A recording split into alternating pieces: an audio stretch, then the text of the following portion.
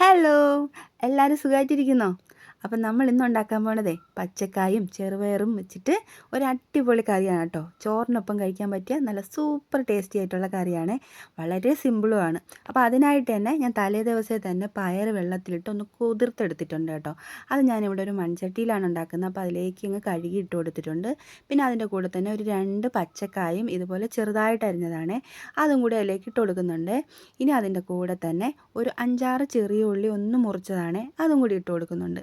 പിന്നെ ഒരു കറിവേപ്പില, ഒരു തണ്ട് കറിവേപ്പിലയും, പിന്നെ നമുക്കിതിൻ്റെ കൂടെ തന്നെ ആവശ്യത്തിനുള്ള ഉപ്പും കൂടി ഇട്ട് കൊടുക്കാം.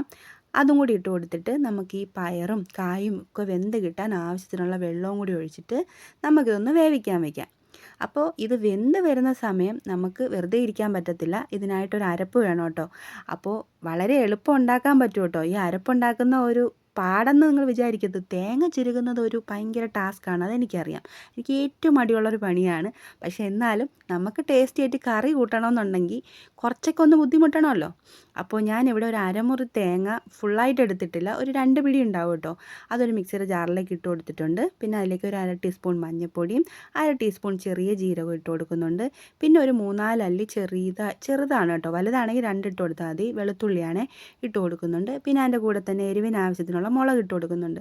ഞാനിവിടെ വീട്ടിൽ തന്നെ ഉള്ള നമ്മളെ ഉണ്ടമുളക് ഉണ്ടല്ലോ, അതാണ് ഇട്ട് കൊടുത്തിരിക്കുന്നത്. നിങ്ങൾ പച്ചമുളക് ഇട്ട് കൊടുത്താലും മതി കേട്ടോ, ഏതായാലും മതി. പിന്നെ ഒരു 2-3 ചെറിയുള്ളി കൂടിയിട്ട് വെള്ളം ഒഴിച്ച് നമുക്ക് നന്നായിട്ടൊന്ന് അരച്ചെടുത്തിട്ട് വരാം. ഇതുപോലെ അരച്ചെടുത്തിട്ടുണ്ട് കേട്ടോ. അപ്പോൾ അപ്പോഴത്തേക്കും നമ്മളെ പയറും കായും ഒക്കെ നന്നായിട്ട് വെന്തിട്ടുണ്ടാവും. കണ്ടില്ലേ, നല്ലോണം വെന്തിട്ടുണ്ട്. ഇനി നമുക്ക് എന്താ ചെയ്യേണ്ടതെന്ന് വെച്ച് കഴിഞ്ഞാൽ തവി വെച്ചിട്ട് ഈ കായൊക്കെ ഉണ്ടല്ലോ എല്ലാം ഒന്നും ഉടച്ച് എടുക്കണ്ട, കുറച്ചൊക്കെ ഒന്ന് ചെറുതായിട്ടൊന്ന് നമുക്ക് ഉടച്ചു കൊടുക്കാം കേട്ടോ. അപ്പോൾ അങ്ങനെ ഉടയ്ക്കുമ്പോൾ ആ കറിക്ക് ഒരു കൊഴുപ്പ് കിട്ടും, അതിന് വേണ്ടിയിട്ടാണ്. അപ്പോൾ ഇതുപോലെ ഒന്ന് ചെറുതായിട്ട് തവിയുടെ ബാക്ക് വശം വെച്ചിട്ടൊന്ന് കുത്തി കൊടുത്താൽ മതി. അപ്പോൾ അതൊന്ന് ഉടഞ്ഞു വന്നോളൂ കേട്ടോ. അപ്പോൾ ഇനി ഇതിലേക്ക് നമുക്ക് എന്ത് ചെയ്യാം, അരച്ച് വെച്ചിരിക്കുന്ന അരപ്പ് ചേർത്ത് കൊടുക്കണം. അരപ്പ് ചേർത്ത് കൊടുത്തതിന് ശേഷം നമ്മൾ മിക്സിയുടെ ജാറിൽ തന്നെ കുറച്ച് വെള്ളവും കൂടി ഒഴിച്ച് നമുക്കൊന്ന് കഴുകി ഇതിലേക്ക് അങ്ങ് ഒഴിച്ചു കൊടുക്കാം. അധികം വെള്ളമൊന്നും ചേർക്കണ്ട കേട്ടോ, ഒരു കുറുകിയ രീതിയിൽ ഉണ്ടാകുമ്പോഴാണ് അതിന് ടേസ്റ്റ് ഉണ്ടാകുന്നത്. അപ്പോൾ അധികം വെള്ളം ചേർത്താൽ ആ ഒരു ടേസ്റ്റ് ഉണ്ടാകത്തില്ല. ഇനി നമുക്കിത് നന്നായിട്ട് ഇളക്കി കൊടുക്കാം. ഈ ഇളക്കി കൊടുക്കുന്ന സമയത്ത് നമുക്ക് പാകത്തിന് ഉപ്പുണ്ടോയെന്നും കൂടെ ഒന്ന് നോക്കിക്കോണം കേട്ടോ. ഇല്ലയെന്ന് തോന്നുകയാണെങ്കിൽ കുറച്ച് ഉപ്പും കൂടി ചേർത്ത് കൊടുക്കണം. എനിക്ക് ഉപ്പ് കുറച്ച് കുറവായിട്ട് തോന്നി, അപ്പം ഞാൻ കുറച്ച് ഉപ്പിട്ട് കൊടുക്കുന്നുണ്ട്. ഇനി നമുക്കിത് അധികം ഇട്ട് തിളപ്പിക്കുകയൊന്നും വേണ്ട, ജസ്റ്റ് ഒന്ന് തിളയ്ക്കുന്നവരെ നമുക്കൊന്ന് വെയിറ്റ് ചെയ്താൽ മതി കേട്ടോ. അധികം അങ്ങ് തിളപ്പിക്കേണ്ട. പിന്നെ എൻ്റെ ചാനൽ ആദ്യമായിട്ടാണ് കാണുന്നതെങ്കിൽ, അല്ലാതെ കാണുന്നവരാണെങ്കിൽ ഇതുവരെ സബ്സ്ക്രൈബറൊന്നും ചെയ്തിട്ടില്ല എന്നുണ്ടെങ്കിൽ ഒന്ന് സബ്സ്ക്രൈബ് ചെയ്തേക്കണേ. കൂടെ തന്നെ ലൈക്ക് ചെയ്യണം. എന്തെങ്കിലും അഭിപ്രായം പറയണമെങ്കിൽ അത് കമൻ്റായിട്ട് പറയുകയും വേണം കേട്ടോ. അപ്പോൾ നമ്മുടെ കറി ഇപ്പോൾ ഒന്ന് തിളച്ച് വന്നിട്ടുണ്ട്. ഇനി നമുക്ക് തീ ഓഫ് ചെയ്യാം കേട്ടോ. ഇത്രയും മതി, അധികം തിളപ്പിക്കേണ്ട. ഇനി നമുക്കിതിലേക്ക് ഒരു താളിപ്പിൻ്റെ ആവശ്യമുണ്ട്. അതിനായിട്ട് ഞാനിവിടെ ഒരു ചീനിച്ചട്ടി ചൂടാക്കാൻ വെച്ചിട്ടുണ്ട്. ഒന്ന് ചൂടായി വരുമ്പോൾ അതിലേക്ക് വെളിച്ചെണ്ണയാണ് ഒഴിച്ചു കൊടുത്തേക്കുന്നത് കേട്ടോ. ഇനി വെളിച്ചെണ്ണ നന്നായിട്ടൊന്ന് ചൂടായി വന്നതിന് ശേഷം നമുക്കിതിലേക്ക് കടുക് ഇട്ട് കൊടുക്കാം. 1/2 ടീസ്പൂൺ കടുകാണ് ഇട്ട് കൊടുക്കുന്നത്. ഇനി കടുക് ഒന്ന് നന്നായിട്ട് പൊട്ടി വന്നതിന് ശേഷം ഒരു ചെറിയുള്ളി ഉണ്ടല്ലോ, പെട്ടെന്ന് പേരൊക്കെ മറന്നു പോവും.